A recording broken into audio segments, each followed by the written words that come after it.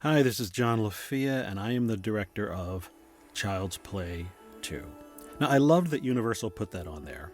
This happened to be, I think, I forget how many year anniversary, but I loved having that on there. All these old. That's the Jaws one that I remember as a kid. That was great. I think this was the contemporary one.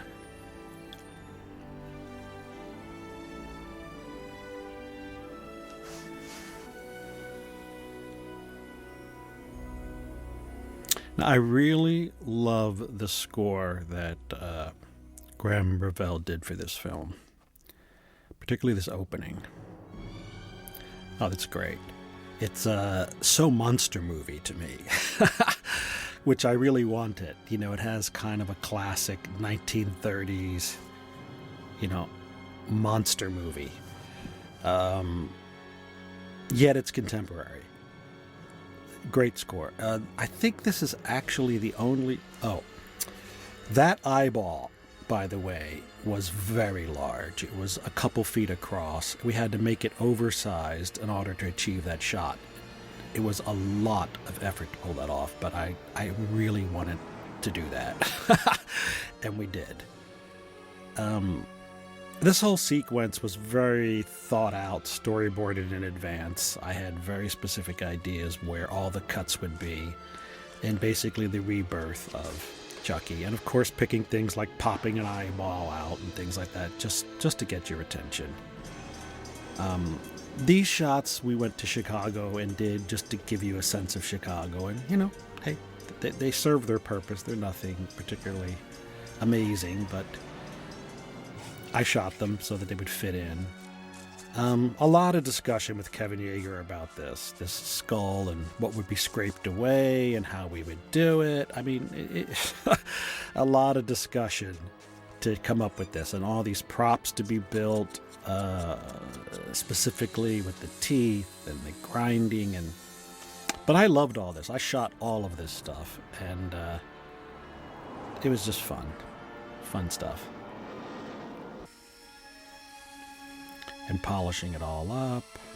Oh, and I love the spinning. I asked specifically to have it be on a turntable so it could spin to camera like that, and putting the mask on.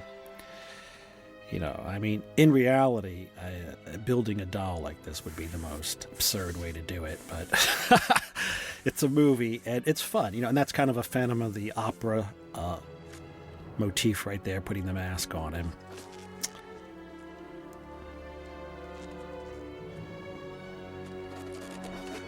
And all of these parts, these are not, you know, manufactured parts. They all had to be made bit by bit. They're just props for the movie. Every single one of these things is not an off-the-shelf item. They all had to be, you know, thought of, designed, put together. Kevin had to make all these parts, and so many different parts to get the different stages. The little door here. I mean, you could take all this for granted, but, you know, the battery chamber, the whole thing, you know. But all of this, these quick movements, you know. Oh, this here, we put that sign there. I really wanted to do a crane down. It took a long time, but it was totally worth it. You know, I think it's one of the first times I actually rode on a crane where I'm sitting on top, so I felt like Sam Fuller or somebody from the 50s, which was great. Good morning. And I think we had a steady cam for this. This is actually in Long Beach. I think it's actually a sanitation plant. I could be wrong, but I think so. Now, this is a set. This is a set that we built on a soundstage at Universal Studios. And we're actually on a dolly. It's not a steady cam. It's actually a dolly that's being pulled at a very quick... Oh, there's Don right back there, by the way, making a cameo in his... looking like a button-down suit. And all these shots had to be... The background photos, we selected all those to go where they were. A lot of people are saying that some joker here at the company must have tampered with the doll's voice. You know, hi, I'm Chucky. I'm the Lakeshore Strangler. Now I'm gonna kill you. Something like, something like that. But the good news, Mr. Sullivan, is that now we've got the doll. And I like to do shots like that, where you move from actors to something else. This was also a very elaborate set to build, so we could have the window, we could see the action, and I love a lot of deep background and deep foreground. So you have two people in the foreground talking, you have a lot of action going on in the background, so they're chit-chatting. You really don't care what they're saying because you're interested in the doll. And I don't think there's a person watching this movie who doesn't think that fucking thing is going to come to life. I really don't. So you're just toying with them. You're playing with them. You know, you're having fun because, and again, here, having this machine come down with the two eyeballs is a totally absurd way to do it, but it's fun. It's dramatic, you know, and I had to have some way to kind of say, where does the soul of Chucky come back to life? And, you know, they say the eyes are the window to the soul. So in my mind, it was these eyes. You pop them in there and into that black hole, and you just gave this fucker life. And here we go. And again, I'm a huge fan of Frankenstein as a kid. So I had to do this. This was fun to do some stunts and fry some people. That's always fun to do. So again, structurally, now we have that opening. So we know Chucky's on the loose. We know he's been reborn. We know he's on his way. So a scene like this serves its purpose. We get some backstory. We learn about where the character's been, where we're picking up. But in truth, everybody in the audience is just waiting to get back to Chucky. You know, which is how it should be. It's a good way to structure something because now you've already begun to generate some suspense. Even though this is a very basic scene, now you learn about the kid, you learn about his trauma. God, Alex Vincent is so friggin' young here. It's unbelievable. You know, I didn't have children at the time when I directed this. I was a bachelor, and I really... You know, all I could do to direct him was kind of remember when I was a kid. You know, since then I've had two children of my own, and I really have a much deeper understanding of children and how they think and what they do as an adult, from an adult's point of view. But back in here, so of course I really had to make a lot of effort to do that shot. I really wanted to, again, have the foreground. No one's paying attention, but you know Chucky is gone. And all this is happening in the background. So everybody watching this is thinking, where's Chucky? Where is he right now? Again, they don't care about any of this. And there you go. Boom. And I really like that kind of thing where you have a shot and then there's a punchline at the end of it. It's something Steven Spielberg does shockingly well. And I had seen all of his films. Naturally, he was badly of course. traumatized by the murders, but they bounced back pretty fast. You know, the cast here is interesting because all three of those people are basically cult actors and actresses, and I specifically wanted to do that. Grace Zabriskie from David Lynch, and Jenny was from Walkabout, Nicholas Roeg, who's one of my favorite directors, and I forget what Garrett was in, but again, it was another cult film of like the 70s, and he had been in a couple of those. And that's something I really wanted to do. When I came time to casting, I liked who they were and how they played the parts, but a big part of it was I'm a bit of a hipster. And I was very aware. I had done Blue Iguana, which was very kind of self-referential Western film noir. And I thought this had been sorely lacking in the first one, and I wanted to bring some of this kind of self-awareness as a filmmaker to it. And I felt like Chucky had a cult quality. So again, and I thought Jenny also in Walkabout was super sexy and cute, but we didn't have any bathing suit scenes in our movie, unfortunately. I never get sexy scenes in my movies, which is something I really regret. I just get to do this kind of stuff. But I love Grace. And again, knowing there's an echo of David Lynch, knowing there's an echo of Nicholas Roeg, filmmakers I love and respect, to me, again, just adds a layer to it for those who give a shit, you know? And it's the kind of thing I kind of do constantly in my films. And again, here, there's a shot coming up with a truck that, again, enormous effort to pull this shot off. You'll see it. There's a reflection in the window. But it was, to me, very Hitchcock, and I just really wanted to do this shot, and I, bullied my way into getting it done, and I'm so glad I did. It's a fucking great shot, if I have to say so, right here, coming up. Not that, although that's all works well. It's this. That's Andy's first time he meets Chucky again and knows it's not over. And that's a real reflection of a real truck going by a window, and that's a real little boy being directed to do that. That's very old school, and I really am proud of that shot. This one here, crane down. This is Pasadena, and again, I wanted to choose a house that was just a little off. This is a set right here. This is not the house. And again, all these colors are pushed a bit, because as you can see how low this angle is. I'm really trying to capture what Andy is feeling right now, how he sees this. Not how it would look from an adult's point of view, but from a little boy's point of view.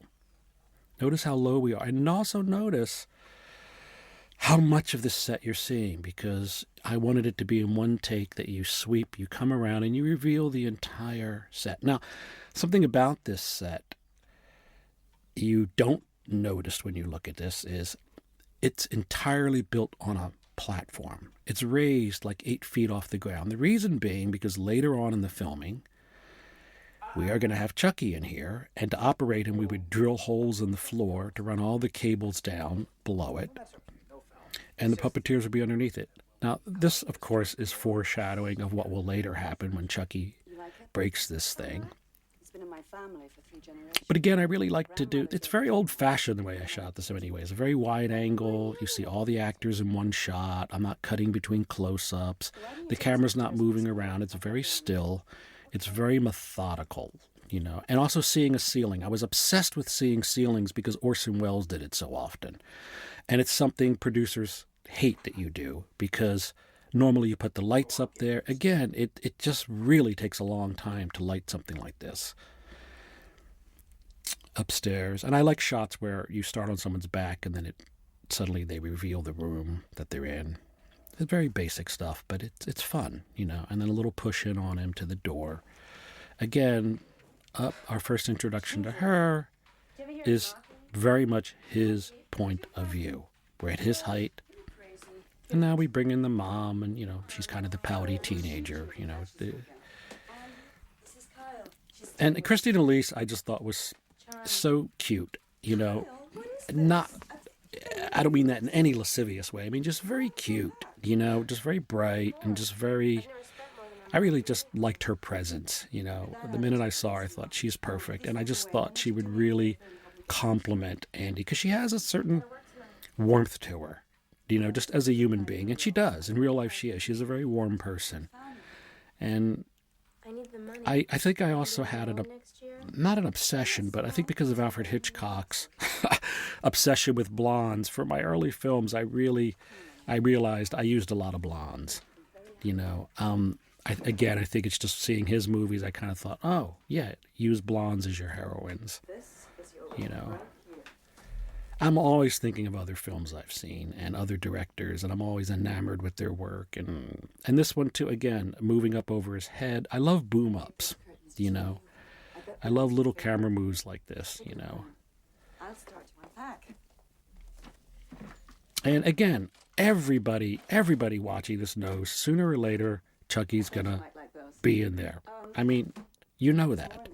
So you're just waiting for it to happen, which, of course, now it's going to happen. And this is called, in horror movie language, a false scare. So, of course, I put the angle looking low, and boom. And, I've seen this film with audiences and people who haven't seen it. Everybody screams at that point. And it's fun. As a director, it's really fun. I spent a lot of effort thinking in my mind, where would people jump? Where would they be surprised? This entire film, I'm spending every moment thinking about what you're thinking as an audience. What do you think is going to happen?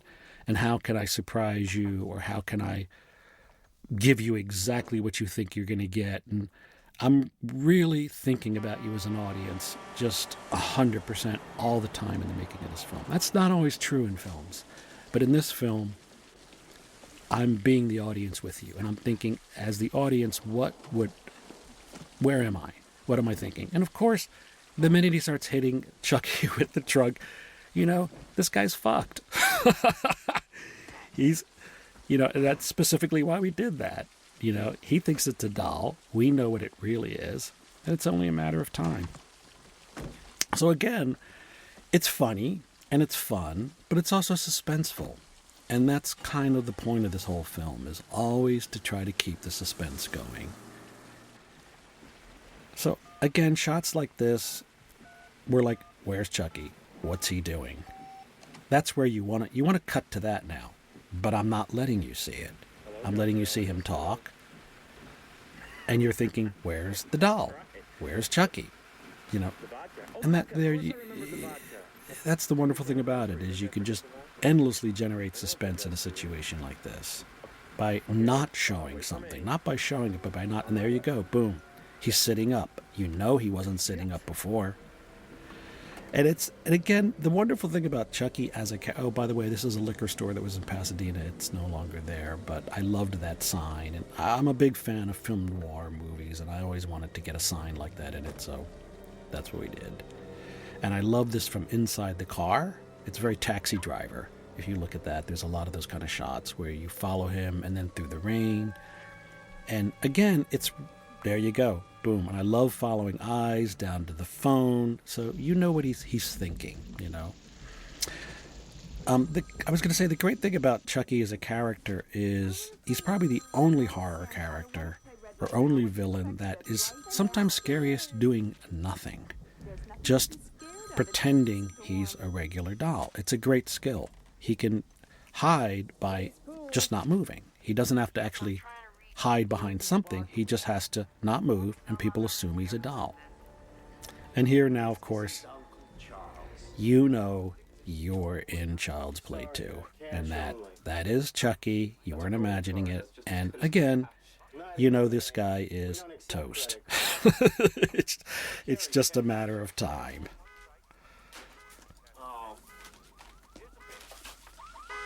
So it's enormously fun to do scenes like this as a director. It really is.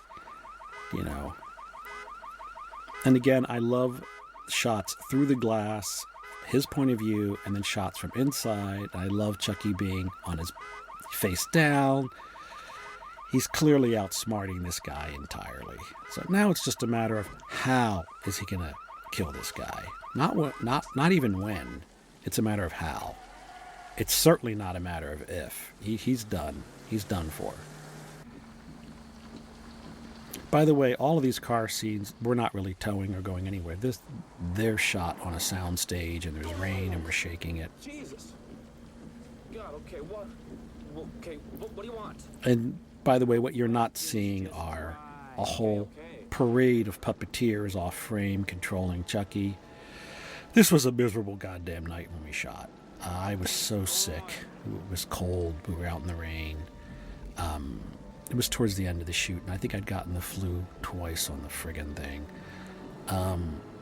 This is back to a soundstage here. That long lens, have I seen it? This shot here almost took an entire night to do, and I probably got close to being fired by the Bond company because it took so long to light.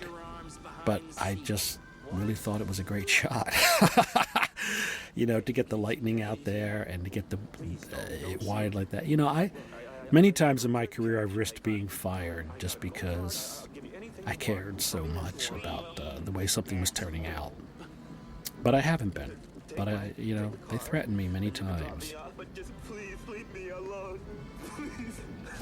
And of course, this being a squirt gun was really fun. And this thing with the bag coming up is right out of my script from Child's Play 1. I'd had a scene where that happened, and I had to do it. And I love that. I love the idea of him being... I love the rope behind his hands, and also I love The idea of bags and windows and seeing clearly, like he could see, but he can't breathe. That whole layer in between life and death. There's just something about it that it's very powerful. It's very old school. You see a lot of that, people being strangled in old movies.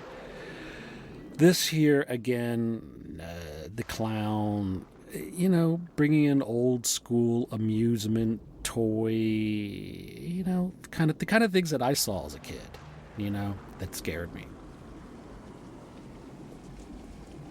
This was an enormously pain in the ass shot to do, just because I don't remember the Steadicam operator being all that good.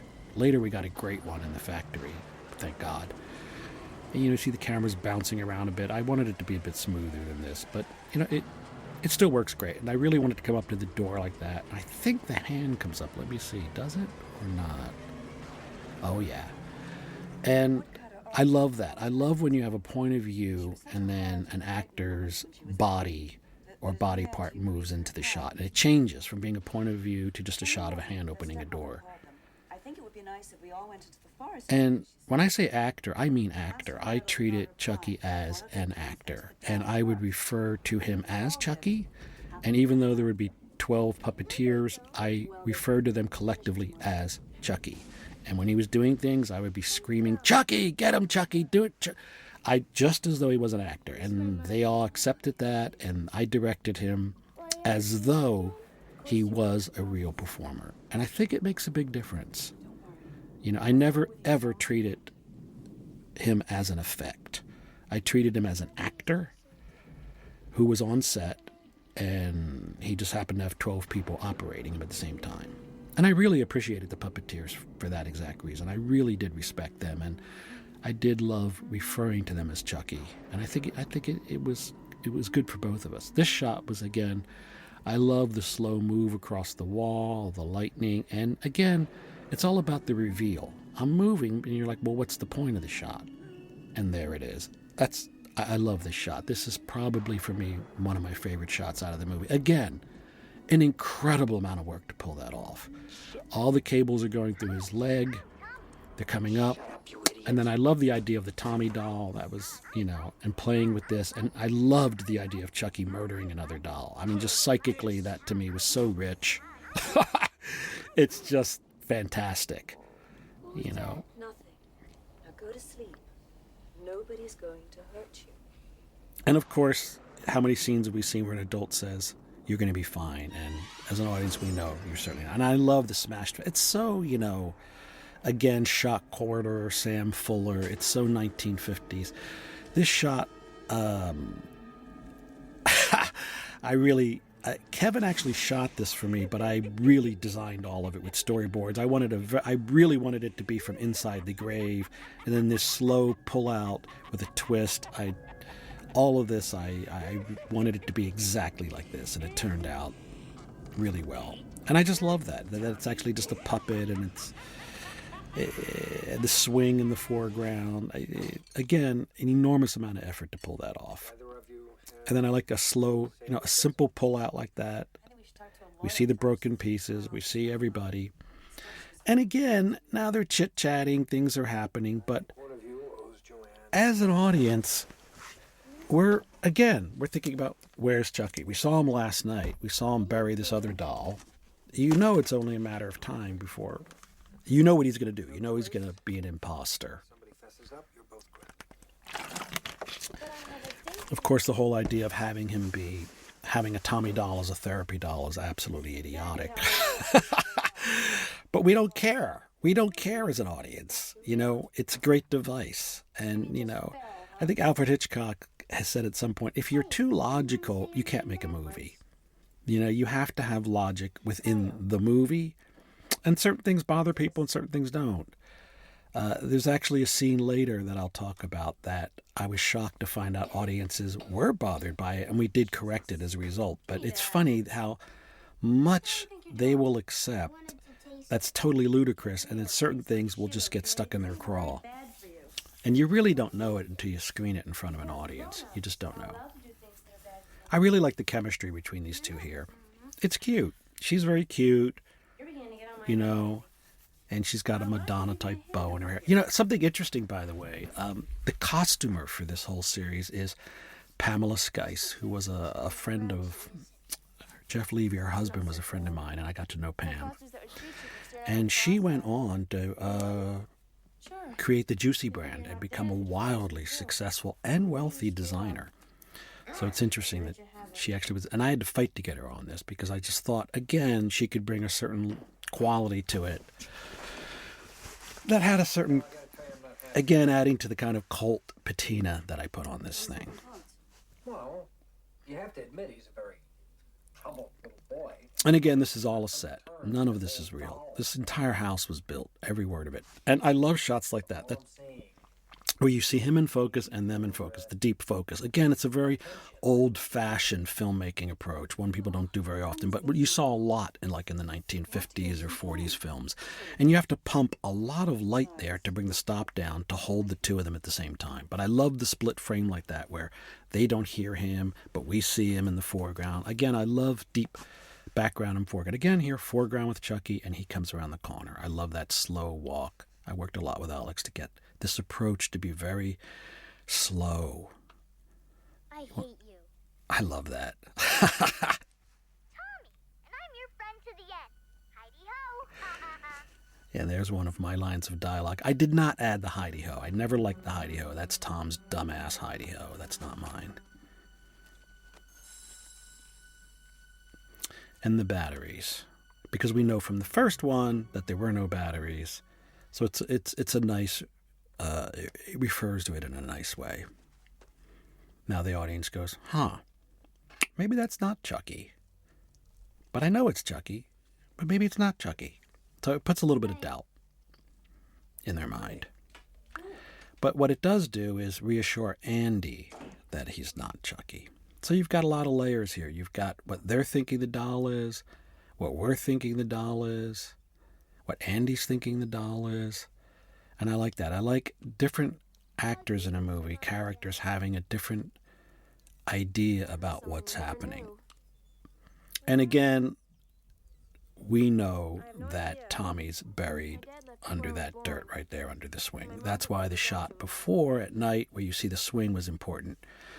So again, I have foreground with Kyle, I have midground with Andy, and deep background with Chucky. And I love that. I love having three planes going on at the same time. And it's kind of just a mundane scene of them chit-chatting, bonding, which is important because it does add to us caring about them. But at the same time, Chucky's starting to sweat it. Now we know that's Chucky for sure. And the eyes open. I thought that was pretty funny. He's worried. Is Tommy going to be revealed? Is the gig up? What is he going to do? Dinner. And of course, the day is saved by the dumb adult. No fair. You got a head start. And Chucky's almost forgotten. I love that shot. There's something kind of the light in the background and the dark. I remember shooting that, and we barely got it. It was like the day was ending, but I love that kind of, dusk. But that was a real hustle to get that done. I remember that. A real hustle. Classic Halloween kind of night view of a house, Michael Myers could pop out of that one. Again here, it's all about the reveal. Start on the bed, slow move across things in the room. Where is the camera going to take us? Well, to Chucky. Really worked hard on this shot to get him to move in and the head to turn. There's a magic quality to that. There really is, to tie all that together. And then the sewing machine, the slow move around her to reveal him, which again is a foreshadowing of what happens later in the film. For Kyle. And here we have two adults doing something no married couple does, come in and massage his wife gently. I was thinking we should get Usually he'd come in and start yelling at her about they're spending too much money or whatever. But And again, this shot took an enormous amount of effort. I keep saying that, but they really did. To get it on the crane that could spin, but I really wanted it to be that way. I thought it was really important that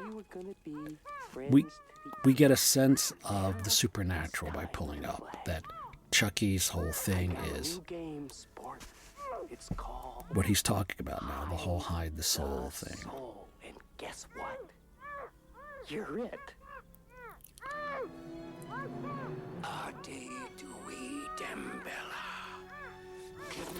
Now, I never was a fan of this whole voodoo thing from the first one, but I do have to say it works. It serves its purpose. It gives Chucky something he is trying to accomplish other than just kill people. He's trying to get out of the body. So it's a clunky device, but it works. You know? What the hell is this now?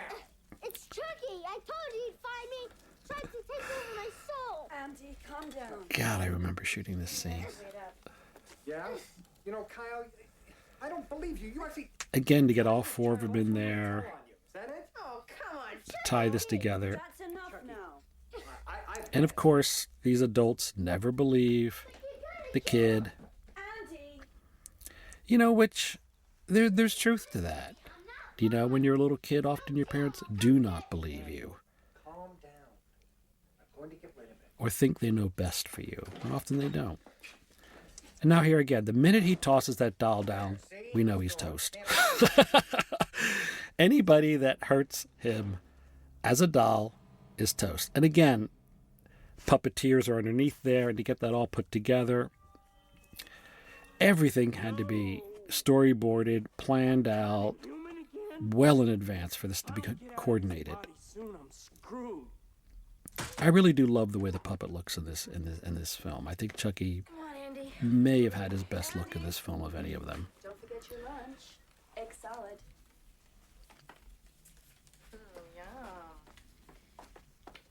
And that's, again, you know, the nice neighborhood. But that's a little off with this kind of almost German kind of quality to these houses. Now, whatever you do, don't act nervous, okay? And you could see Pamela's touch on her costume on the left. You know, you can imagine why she would go on and do Juicy after looking at that key, things like that.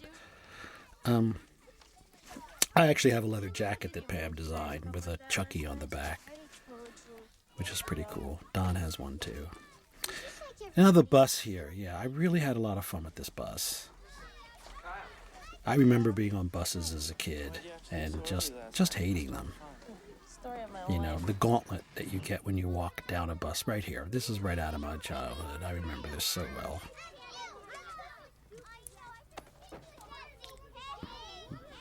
Brat. And to have him at the end of the bus, he sits down. He's obviously miserable. No one's listening to him. It's a nice scene for Andy. And this shot here, really had to work hard to design that because I wanted to see Chucky get on board.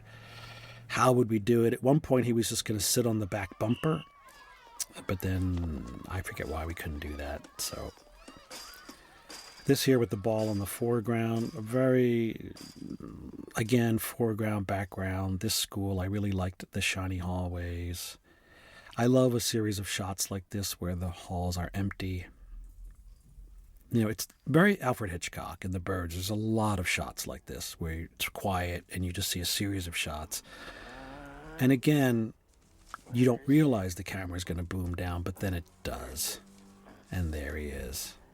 And you're going, okay, what's the mayhem? Now, again, this is right out of the script that I did in Child's Play 1, where he writes all this profanity in there, but that got taken out, so came back into this one. Very good, and promise to tell no lies. Then you will become a real live boy. Boys And Pinocchio, that may have been David Kirshner's idea. I know he loves Pinocchio and that kind of thing. Or it was mine too. I mean, I certainly love the idea of them talking about Pinocchio. Kettlewell. It's very appropriate with this. I have precious little patience for disruptive students. But he just lost. And again, the book being very large in the foreground. Getting on my good side. I want those desks Spick and span before anyone leaves. So I love when she gets behind the desk and we're just waiting. It's great. It's really fun for that. But again, that was a scene I had written in the first draft, which got taken out, and then I was happy to see it come back in. It's a very disturbing thing to see a little boy and the words "fuck you" on the same page. There's just something about it. He's a little kid, and it says "fuck you, bitch" in her hands, and it's just that's part of the whole Child's Play thing that's disturbing. Is that there is a kid-like element, yet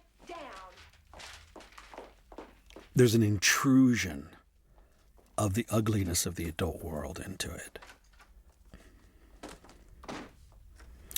And again, as an audience, we're like, don't put him in the closet. Take him with you. But of course she doesn't. And now she's going to lock him in there. So now, as like a director now, you're setting the stage for the battle. You're setting up geographically, you're setting up where he is in this room, and you know where Chucky is. And either Chucky's going to get out of that room first, or Andy's going to get out of his room first. So I love the idea of them both being in rooms. And I also love the idea of he's curious. He's a boy. He's got to look. And the next shot coming up, we had to build an oversized lock and a head and everything to pull that off. As a whole device built. And again, it's just Brad's voice. I promise I won't kill anyone. And again, these shots of the windows and the high angles.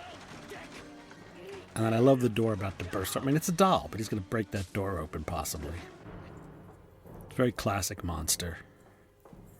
And I like the slow push in as she comes here. And now we know, because she was so rough with the doll, the way she pulled him out, threw him in the closet, that she's toast. That's always the indicator. She's toast. Just stay in your seat. Come out of there. Open this door right now. And I love in scary movies when something's moving aggressively and it stops. Andy, come out this very second. Andy. Now, everyone in the audience is on the edge of their seat now. Andy. And now I slow her down. I like having actors go from frantic to slow. And now the camera moves. All lurking point of views. The foreground. And this is just a great opportunity for the false scare moments, which generally you get. I noticed I like to do 1 or 2 and then 3 is the punchline. It's kind of like 1, 2, 3, you're out. Andy, this isn't funny. For an audience, very suspenseful moment. We know Chucky's in there. We know she's fucked. It's just a matter of how and when exactly it's going to happen. And then the ball behind her, she turns around, she's disarmed. And there you go. And I love the keys dropping. Again, this shot here, these shots took a long time. This is the one I'm talking about. This shot took all day to do. To get the push in, him doing just that shot took all day to do. The puppeteers are hidden behind, there's a pole behind them that's hidden there. That's very Hitchcock to me, right out of Psycho. I like the bloody fingers, and then the cutting, this is very Brian De Palma, where you cut from wide to medium to wider. I mean, tight to medium to wide. I love that. I love a series of shots that take you out. So a lot of references in a scene like that for me as a filmmaker. I have no shame in seeing what others are doing and trying to incorporate it into my own. The techniques. I was very excited and obsessed with that as a younger filmmaker. Less so now, but when I was younger, it's like, I want to try this or I want to try that. So again, that whole scene we just saw was very, everything was storyboarded, everything was pre-planned, nothing was left to chance. I've actually got a pretty amazing set of storyboards from this film I found the other day in my basement. And maybe I should do something with that at some point. I want you to look down there and tell me what you see. It's Chucky, but His name is Tommy. And he's been there since last night, hasn't he? Hasn't he? Now, again, the fact that Chucky is laying in the exact same position in that basement that he was. This shot, again, took a lot of effort for me to design. I really love the idea of moving from one conversation to another. And you're hearing them, but you're not seeing them. And again, it's a matter of having a beginning, middle, and end to a shot. The beginning is them. The end, of course, of the shot is the reveal of Andy all alone. And it's a very poignant shot. You know, he's sad, he's there, he's by himself. And now, of course, here comes his angel, Kyle. And you're at the, so not only do you have the beginning of the conversation, the slow move, reveal Andy, and then you have her come in from the left. So I really love shots that are really designed like that, to tie everything together and emotionally take you from that to now here's the new relationship. Because you're thinking, God, Andy is so screwed. What's going to happen to him? And, oh, we forgot about Kyle for a little bit. She's going to be the one to save him. And, in fact, she does. It just makes me strong. Because it reminds me that the only one I can count on is myself. You know, I almost choke up looking at this because I remember being so alone as a child so many times. And wanting someone to come rescue me. And it's just very powerful. It's very powerful to see two children, essentially, but that they make a new family together, that they're going to both help each other.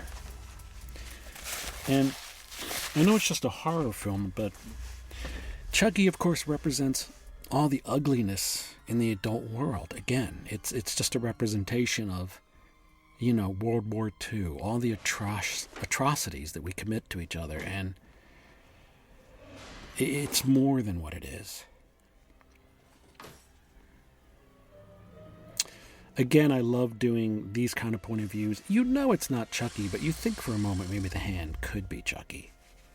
And now he's going to start to fight back. Finally. So we're empowering this child against the ugliness of the adult world. But he's not there. So again, he has to go into the darkness. And I built this entire basement with this crooked staircase, which of course is totally unreal in a house, but I just had to do it. I'd seen so many basement scenes in movies, and it just had to be this way. And again, Chucky's there. And you've seen this scene 100 times in other movies.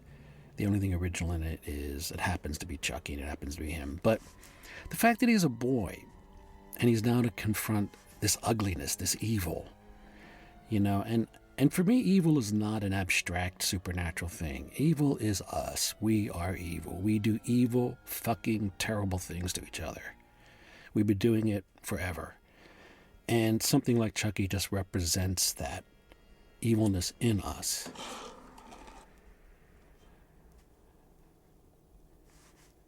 And all these old things. Again, he's a boy and he's in a world not of his making, not of his choosing, that's for sure.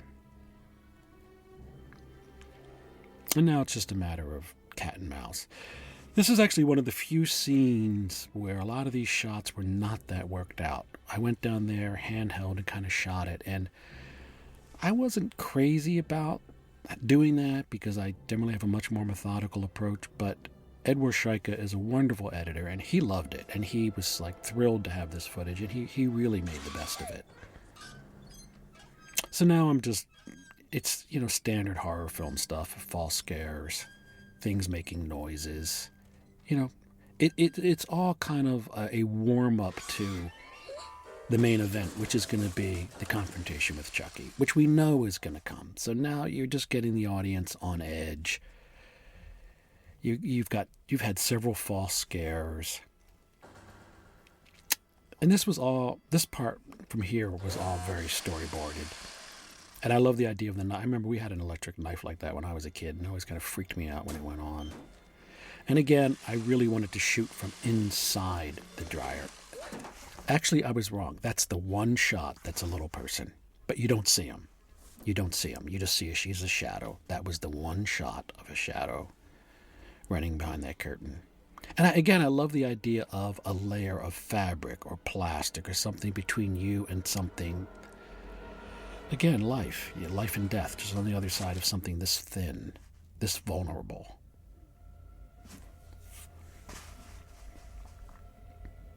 And there's the clothes, the basket they had worked on, so there's an echo, and boom. Where is he going to come from? And how he got above there, I don't know, but of course I thought if he drops from above, it'll be the most shocking, and it was.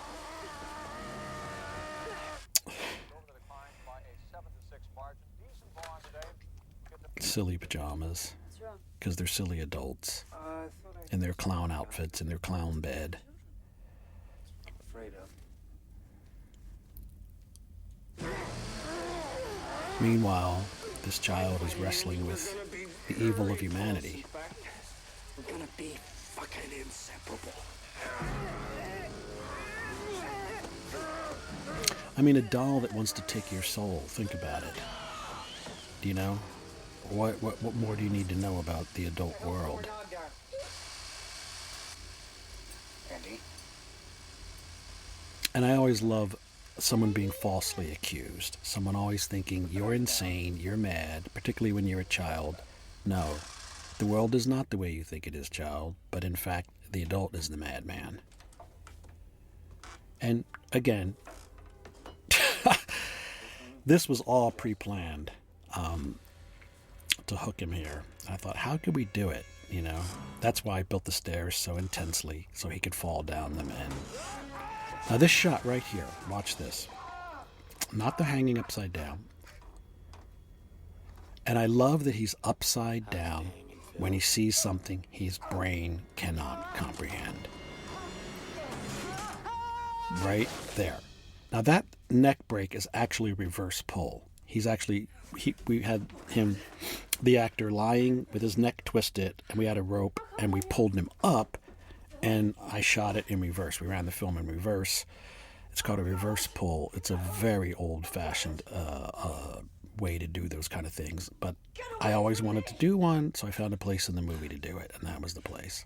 And I think it's really effective in a weird way. The fact that it's backwards has a weird quality to it if you look back and watch it. And here's a classic crane shot. You've seen police stuff where you set the scene. And again, we want to come out. We've been inside a basement for a long time now, so you want to just open the scene up. And there's your body bag. In case you didn't know it, you're watching a horror film. And I love the doors shutting, suitcase opening. You know, one door shuts, something else opens. Something closes, something else begins. Listen to him. I've been here now, Vanya.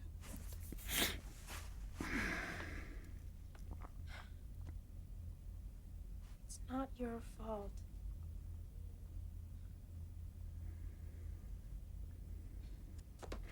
And this is kind of the passing of a torch from one mother to who now is the new mother on the left.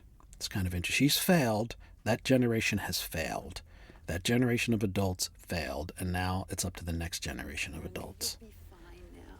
Not even an adult. Again, it's a passing of the torch. Until we can find you a new family. We've placed Kyle with a number of families. Things always seem to work out okay.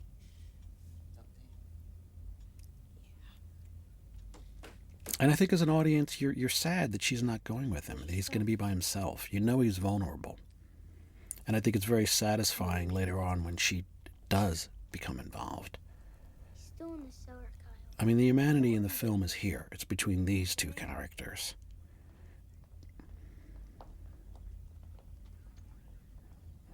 It's certainly not between the two adults that were in this house. They're a failure. We'll be out of your way in just a minute here. Did anyone besides the boy witness the accident? And again, starting there, and then there's a reveal. Okay. Where's Chucky? Masquerading as a toy, which is his most dangerous skill that he has. Very unique skill for a movie monster.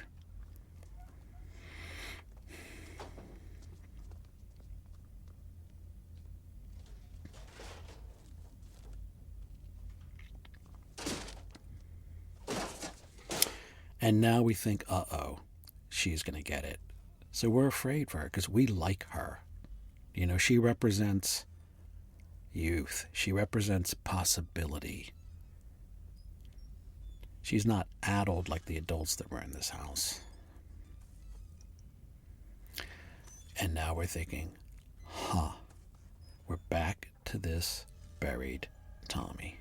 And we're thinking, please, Kyle, keep kicking and reveal this thing in there. Go help Andy. That's what this is all about. And I don't think there's a person in the audience who isn't thinking that. And there it is. Sins of the past uncovered, not forgotten.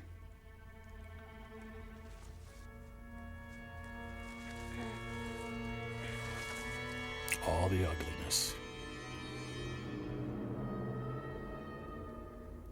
Bingo. And I love that shot of her. Very Trusco lighting. Worked really hard with Stefan, the DP, to make that look very like 1940s film noir. You know, with all the crisscrosses, the shadows. I remember helping him put tape up there in front of the lights to kind of really get that up. I love that shot. The slow walk, the dolly back. Again, it's right out of so many films I saw in film school. And then I like the over the shoulder. And then everyone's, is he still in there? Is it in there? Is it in there? Is it fucking in there? No. Now what?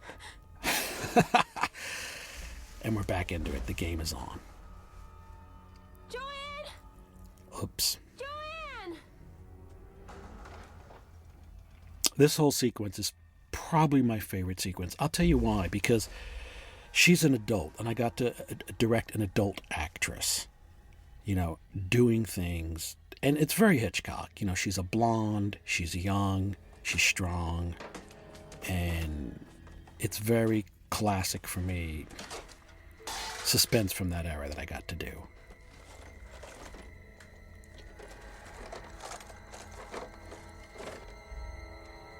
She gets armed. Classic horror film activity. This was really fun. Slow move, but have her pop in quickly. Slowly tracking past this barrier, take her up the stairs. Take your time. Horror films either move very, very slowly, or they move very quickly. The yarn, you know, it's red, it's Chucky, he's up there. Take your time. I worked so much with her, like slow down, walk up slower, slow. The hallway, the unknown at the other end of that door.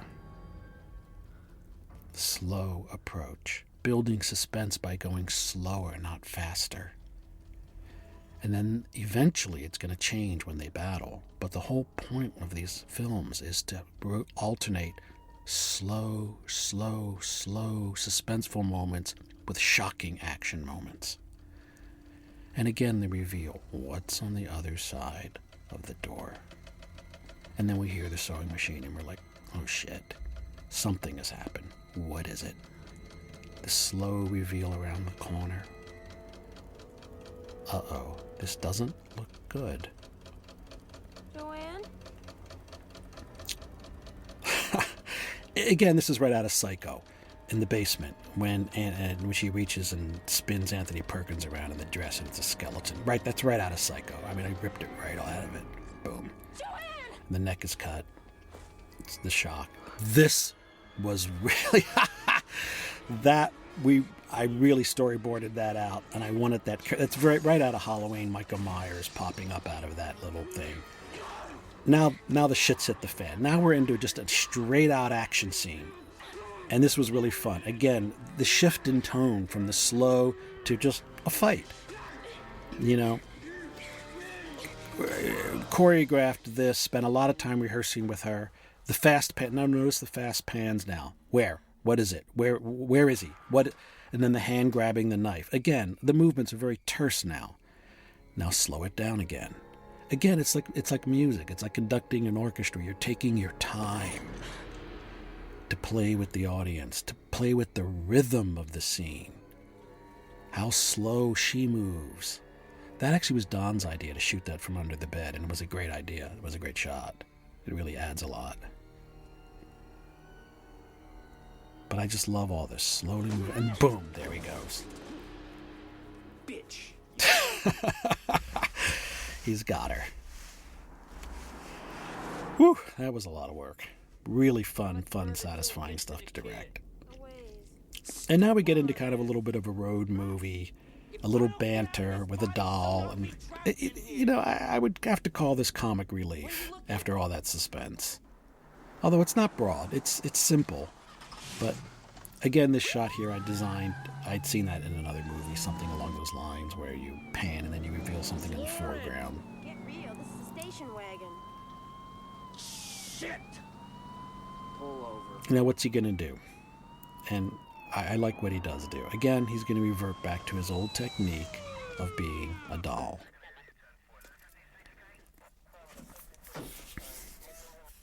Behave yourself. Kill you if I have to. Boom. Okay, honey, what's your The adult world cannot see the evil right in front of their face. Again, this is an authority figure, but he's fucking useless. What's your hurry? I have a date? You're gonna have to do better than that. Yeah, that's one of those good guys, isn't it? Yes, it is. I love these things. What's your name, buddy? Chucky. Again, a name I created. It's used as a canned. But the blood, that was great. That was out of Don's original script, this blood idea. And it's great. It's very disturbing to see blood come out of a doll's nose. So, again, even though Chucky is masquerading as a toy, he's not quite getting away with it right now. And, The darkness of the adult world is coming through him in the form of that blood. now get going.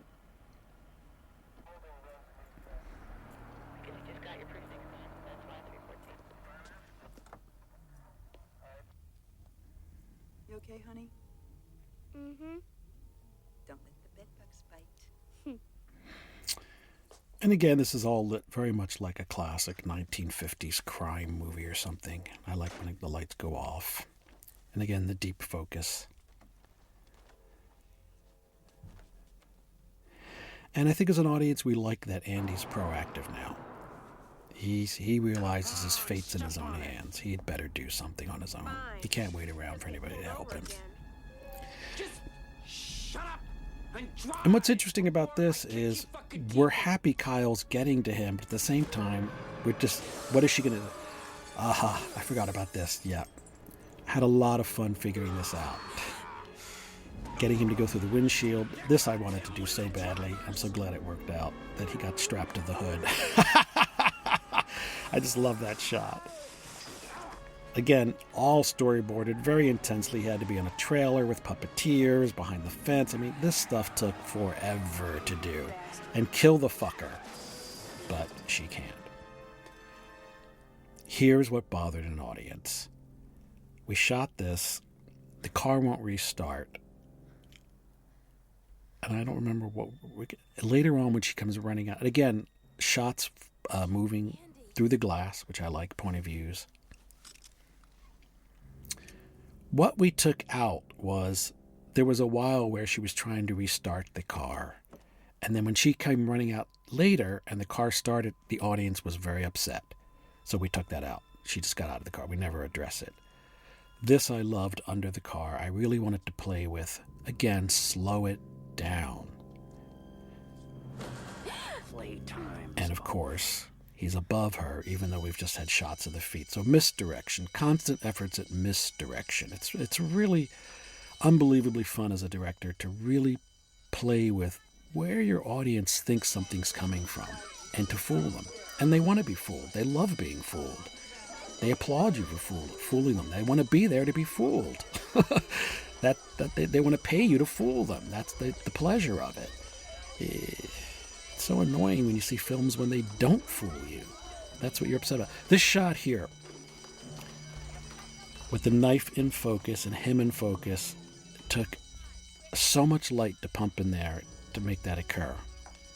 But I just loved it. I really, again, wanted that deep focus, that Orson Welles deep foreground, deep background simultaneously. And again, Grace cannot see what we know as an audience, that doll has a knife in her back. He did it. Get into my office. I had to constantly come up with devices of how does this doll manipulate this adult? Don't give me that. Amazing, isn't it? And I think that's the only time where the doll just reveals itself like that. Just boom. And it's shocking. This I really wanted to do with the with the Xeroxes of her face squished. I don't know if I'd seen that somewhere or what. Okay, sport. We're gonna have a little game of Chucky says. And he looks very menacing there. And Brad's voice is great. And the door's locked. And I love like the aftermath shot.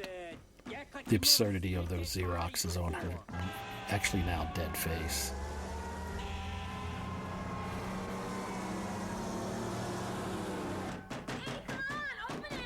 Again, someone locked in a room, someone on the other side of a room, windows.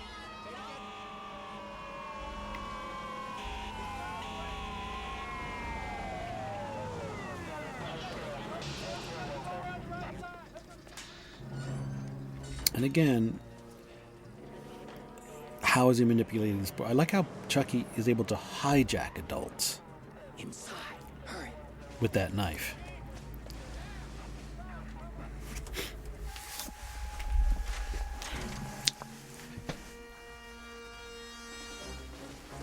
And again, foreground and background there.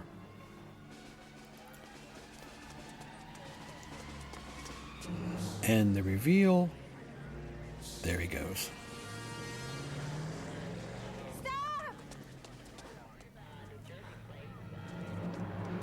See, now in the original version, she runs back to the car here, and we had seen it not be able to start. And when it started, everybody was really pissed off. So we just simply cut out the part where it didn't start. And nobody was bothered. Next screening, it was fine. And I love the car with the hole in the windshield. Again, it represents, a violation of what a windshield is.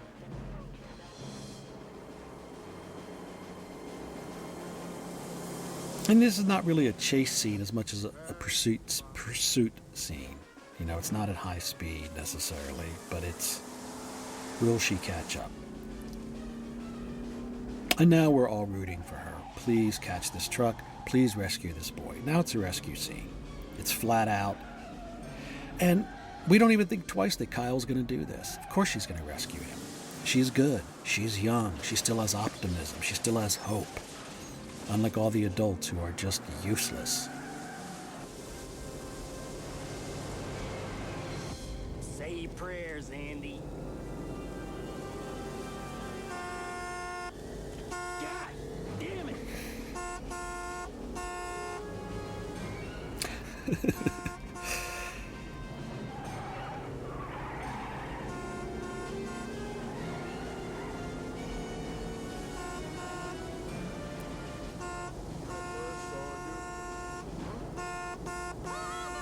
And again, I really love shots like through that hole at her, the cracked window.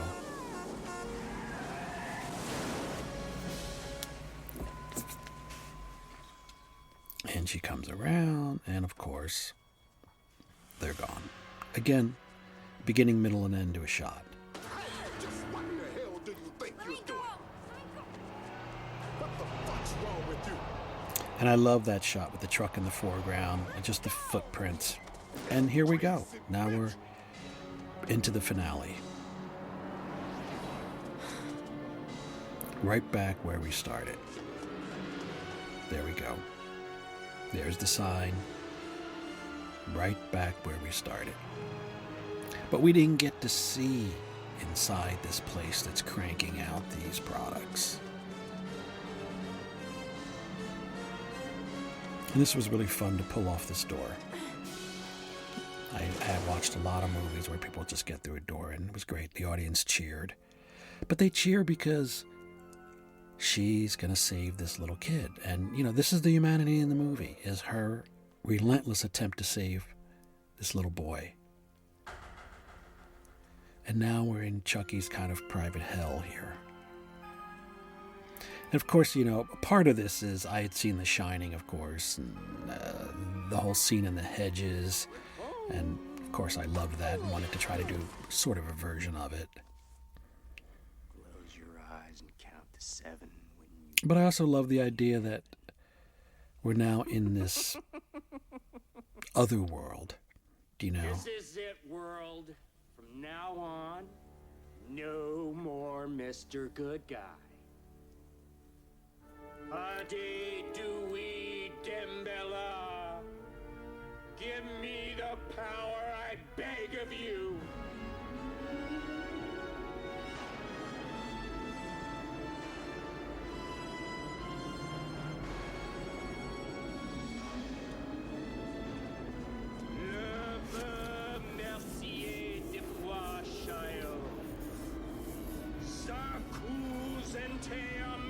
And I love the wind and the shadows, and I wanted that. It's very important to kind of convey a sense of otherness, of you know, trying to call down the heavens, the gods, something that is not within our realm.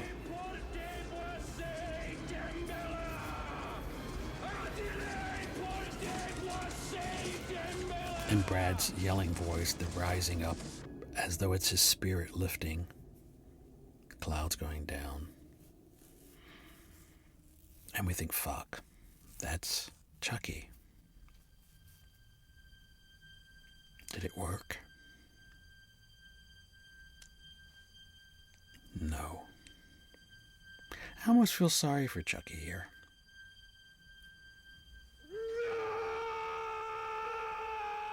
I don't think I'm alone in that. His dream is over. You little shit, do you know what you... Now he just wants to kill. Now he's just angry. Chucky's dream is ended, and now it's just a nightmare. It's just fuck you. I've been hurt, and I'm going to take down everybody in my path. I mean, he has no reason to pursue these two now. None. None. Except I'm fucking pissed off. That's it. It's just revenge.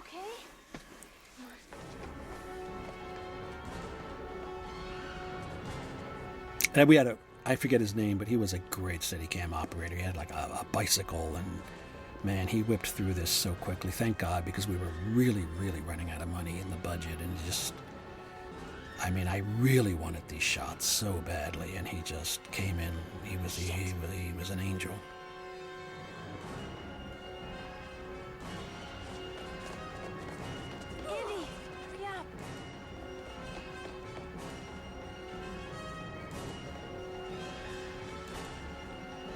And it looks like this goes on forever. In fact, it doesn't. You're repeating a lot of angles and things, but it works pretty well. And now we get our first taste of this factory. Jesus Christ, this factory. What a battle it was to get this thing built. What a battle. Let's go. All of this was made. None of this was here.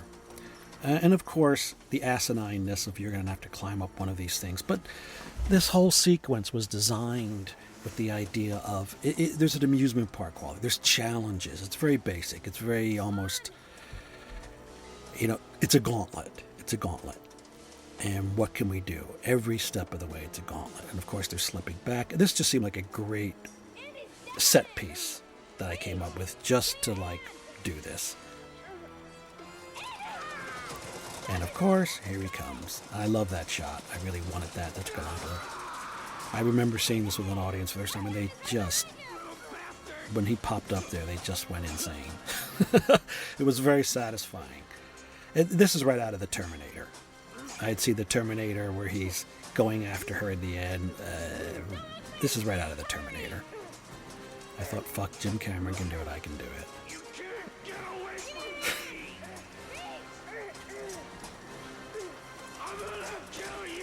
The machinery, the whole thing, it's right out of that. And that was really fun. Now Chucky's going to have to start to get taken apart piece by piece. That's the only way to stop this fucker. Just piece by piece, we're going to dismember this guy. That was my idea. But that's how this would happen. Because, of course, we're in a factory where they're being put together. And then he would have to rip his own hand off. And I've seen this, you've seen this in other movies where people have had to do that kind of thing. And the fact that it's funny, even though it's a doll and it's rubber and he's screaming in agony, does he have feelings? Does it hurt? Well, we don't really know. We assume it does, but should it? Well, I don't know. I decided it did, you know?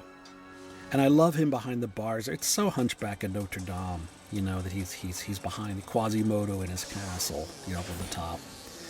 And back to the motif of the eyeballs being punched down, which we saw in the opening. Again, the same thing I set up, only now it's a bit more intense. And I think you also know, the minute you see this, that someone's going to fucking get these eyeballs rammed into their head. And of course they do. And this was my idea to create this machine. The most ludicrous machine in the world to make an eyeball. And this, again, is, you know, you've this out of other movies to have a character put on a fake arm or a weapon or tie it in. And this is just great fun suspense stuff. The movement of it up and down, in and out, where you get stabbed. Really fun stuff for a director to do. I mean, this was only my second film, and I had so many things I wanted to do. And I love that. I love that he has to suffer to kind of take on more power. And that he's altering his own body now. It's a doll that was created, but it's actually, he's improving himself. And again, you know, when I was a boy, I had 6 sisters, and there was a shit ton of dolls everywhere, and being who I was, of course, I would hijack them and dismember them and hide them around the house and, you know, do the kind of nasty things little boys do with their sisters' toys. Left a big impression on me. So I'd seen a lot of dolls naked like this, torsos, because they were always taking their clothes off and mucking around with them. And again here, this machine is unbelievably over the top, but I wanted it all designed like this so that there's a mystery to it. It's like going up to see God.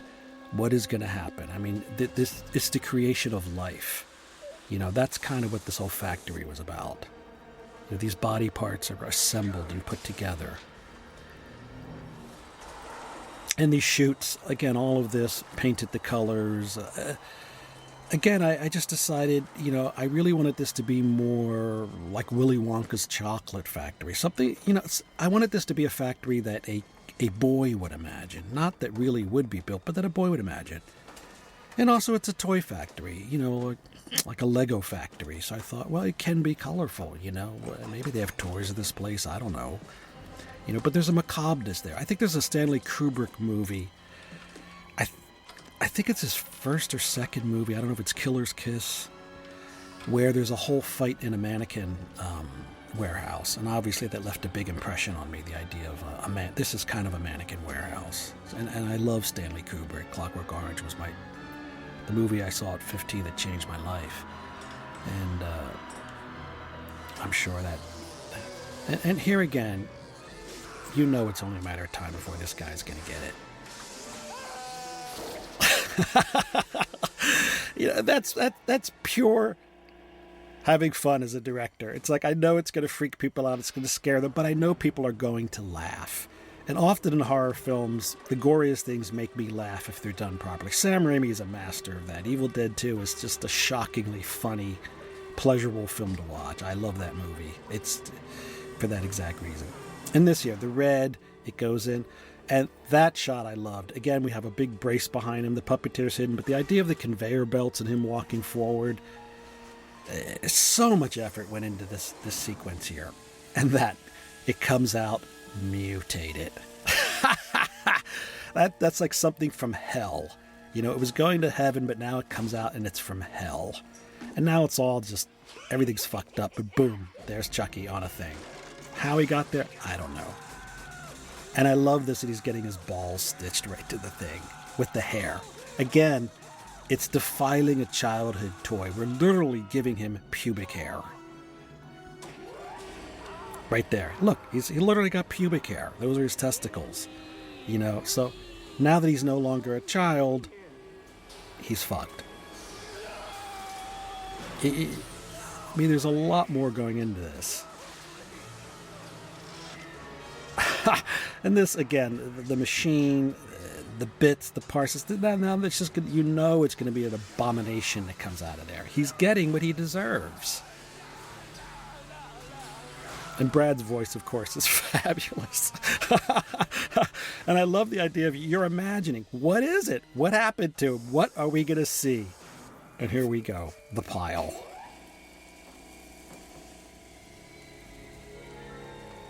Is it alive? What is it? I had seen John Carpenter's The Thing, and I love that remake. And again, that's my homage to it right there. It's right out of The Thing. I love that movie's just great movie. You know, and the weird body parts combined. And of course, that was totally on my mind with this here.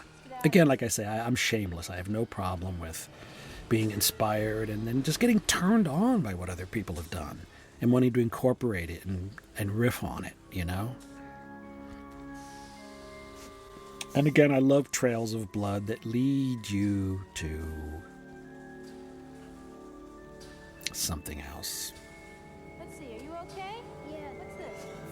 Thanks for coming after me. Yeah, well, you owe me one, sport. And again, just a shock. Boom. The body, there have been many bodies swinging in horror films, so I had to do one too.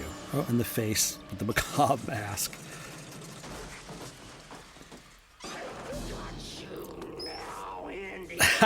And the cart, I really wanted it to be on that cart. I mean, basically this entire factory sequence I invented, you know, and then I worked with Don to craft it into what it is. But it basically is just an endless series of set pieces that I wanted to do, just top one on top of the other. And I'm just still shocked that we actually got to do this, that they went for it. And that's his, you're fucked.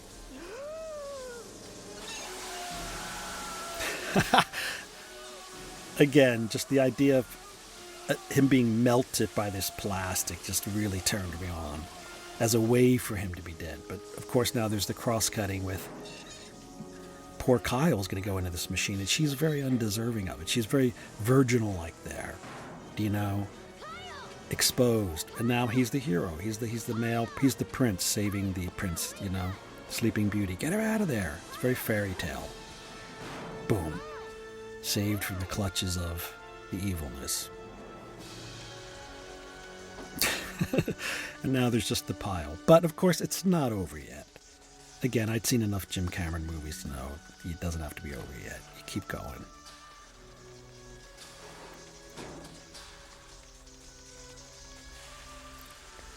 Oh, God.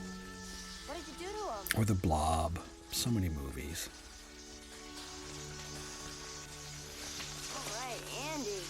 No, I think you pretty much think that's it. That's got to be it, right? I mean, but no.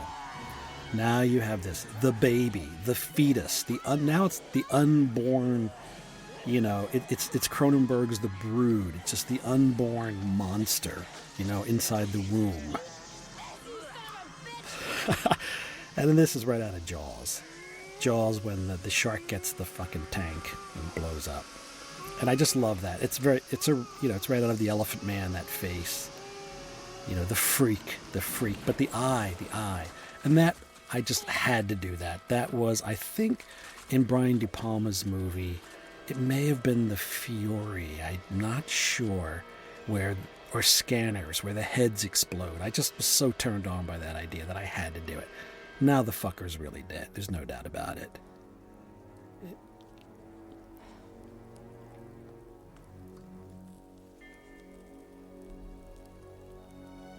And you have to have aftermath shots, that it's gone. And now it's a new day, and youth has survived the evils of the adult world to go on and hopefully forge a better future. Where's home? Andy, I have no idea. There is no home. It's what they make of it.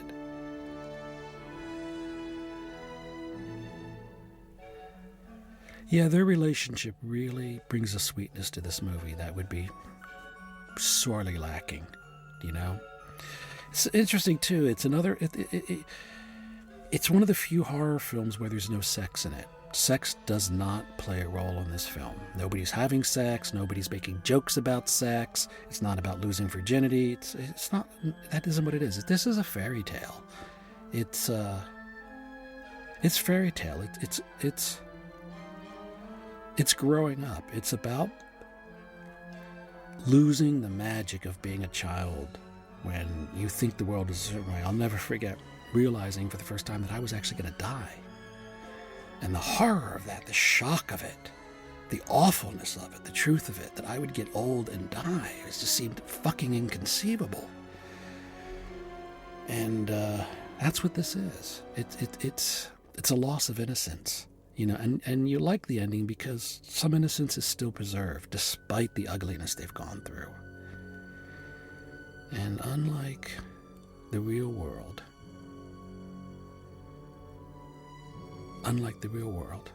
where the ugliness usually wins,